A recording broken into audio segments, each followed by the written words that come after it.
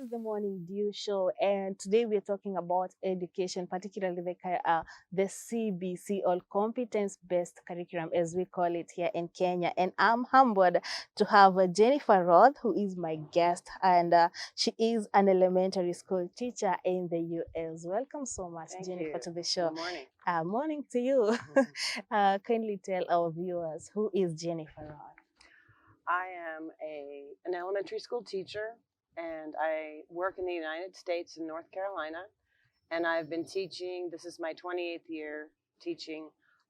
My first couple of years were 17 years. I was a French teacher in elementary school, and now I am an English teacher for children who don't speak English very well in elementary school. Well, welcome to the show. And today we are talking about CBC. I know that you've done it in your country before, so kindly tell us, for our viewers to know, what exactly is CBC? The way that we have done it in the United States is very similar to here. There are different competency goals that the students are supposed to learn. I think that there are some challenges, and also there are benefits, and I'm happy to kind of get into that in just a couple of moments. Wow. Yeah, in Kenya, it was started in 2017. That was the initial startup for it. However, when our parents hear about CBC, they are asking, what are some of the elements of it? Right. So I think the elements are basically the same. I'm sort of referring to my notes, and we have different competencies as you do here. I think in the United States, it started. I can only speak for North Carolina in 2010, and the way they rolled it out is that they trained our head teachers, and then our head teachers trained us. Different states did it in different ways.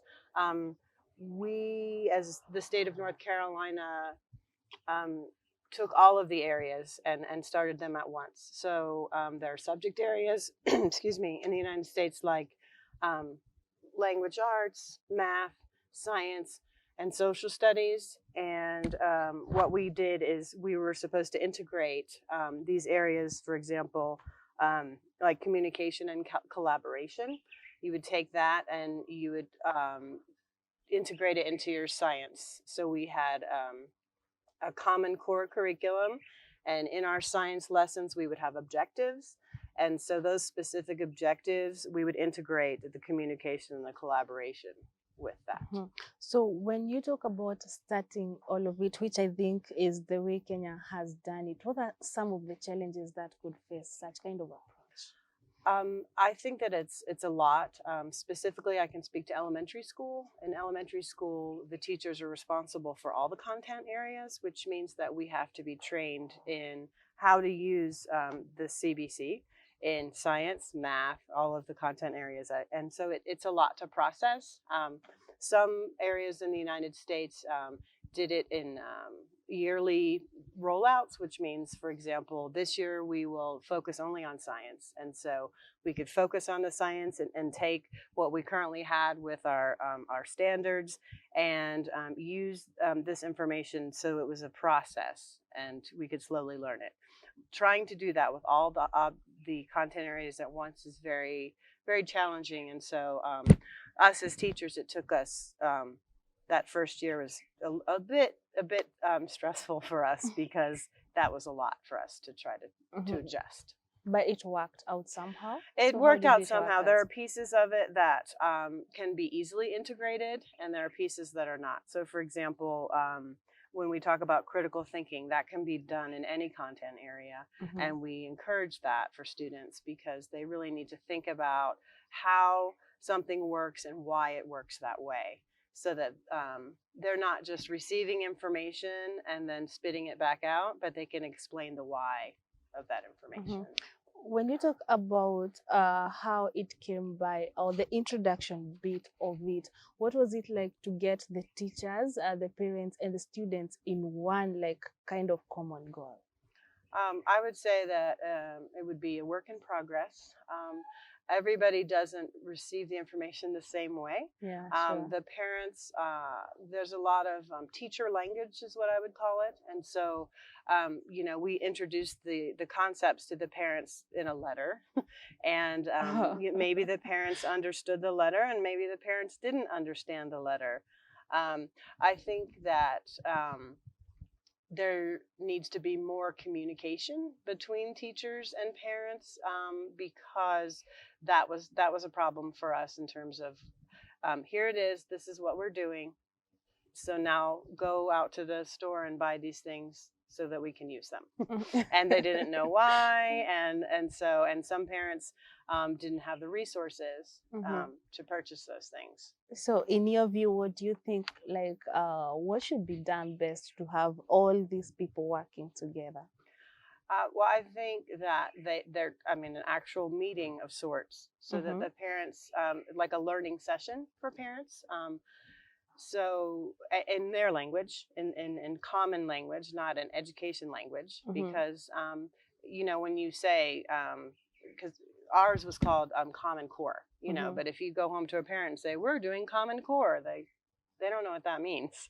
And so you need to explain to them in terms of real world, kind of, this is what we're going to do and this is why it would work. And so having those discussions with parents before you roll it out. So now I know that it's already been rolling out, and so you sort of are thinking about, oh, this isn't working, and why aren't parents communicating with teachers? So now we can start here and have that communication between the two, because I think it can work, but everybody needs to be on the same page in order for that to happen.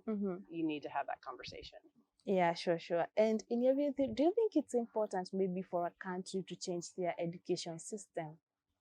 A country, well, like in your case, yes. Definitely there was a system you were using before you went to something that looks like our CBC. Do you think it was important? And also in your country, and comparing it to us, do you think it's important for a country to change its education system? I think it's a tough question. In our country, and I'm only speaking for me, I can't speak for everyone. I can speak for teachers at my school, but typically what happens in the United States is, in public education, is that there are new rollouts of things constantly. And sometimes the teachers are asked, what do you think about this? And other times they're just said, this is what we're going to do. And the first way is better. At least communicate beforehand if you can with the teachers, because then you'll have buy-in. If you just initially say, here, we're doing this, you just have to learn it, it's going to not work as effectively. It's not, the transition is not going to be as smooth, because we're the ones that are doing it. And so we're the ones in the trenches trying to figure out, what are you talking about? How are we supposed to do this? And so that's essential.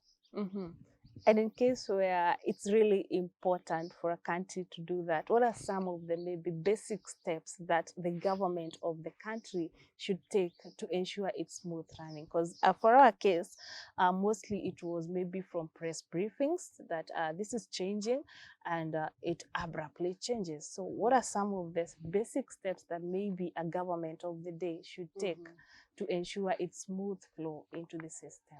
I think ideally you would have a task force of sorts that would have representatives on it. So you would have teachers, you would have parents, you would have administrators that could be trained initially to understand, what is this concept, how is it going to work? And so you're going to be receiving feedback from all of the people, even students, older students, feedback from all of the parties involved. And that's essential, because that way, you know, okay, we're all on the same page and we can work together, and you're also receiving the different perspectives. Because if you just roll it out, then this person has this, and the teacher thinks this way, the parent thinks this way, the administrator thinks this way, and we're not all on the same page. Just interested to know, what are some of the challenges you faced as a teacher back then doing the curriculum? Well, there are definitely different pieces that were hard, because depending on the school system you're in, there are children that just don't have resources at home. Their parents are unemployed or make very little money. And so when the children would come home, and they needed these certain materials, the parents couldn't afford them. Yeah. Also, there's a digital literacy component. Mm-hmm. In my particular district, we were fortunate because we had money, but there are other districts within my state that did not have that money, so they didn't have access to computers, Mm-hmm. excuse me, or laptops. And so we're supposed to be teaching them digital literacy skills, but they don't have a computer or a phone to actually use. And maybe the teacher has one device, Mm-hmm. and she's supposed to take this device with her 20, 30, 40 students Mm-hmm. and use that device. And that's very, very challenging. Yeah, sure. So how I want you to talk to our Kenyan teachers, how they would cope up with the challenges since you went through them and somehow you conquered. I just want you at this point to talk to our teachers and give some hope to them. Okay. Well, I think it's essential. In my case, in my school, we are like a family. The teachers are a family, and we work together and we figure it out. There are a lot of times that, like I said before, we're in the trenches, we're using the materials, we have to figure it out. So we absolutely have to work together to make it work because, like it or not, this is what we're doing. And even if there are challenges, we can figure it out. We will figure it out because we always figure it out, because we wouldn't be in education if we didn't, excuse me, if we didn't want to be here. Yeah, sure. That is Jennifer Roth, who is an elementary school teacher in the US. And this is the Morning Dew Show. We're going to take a short commercial break. Don't go too far.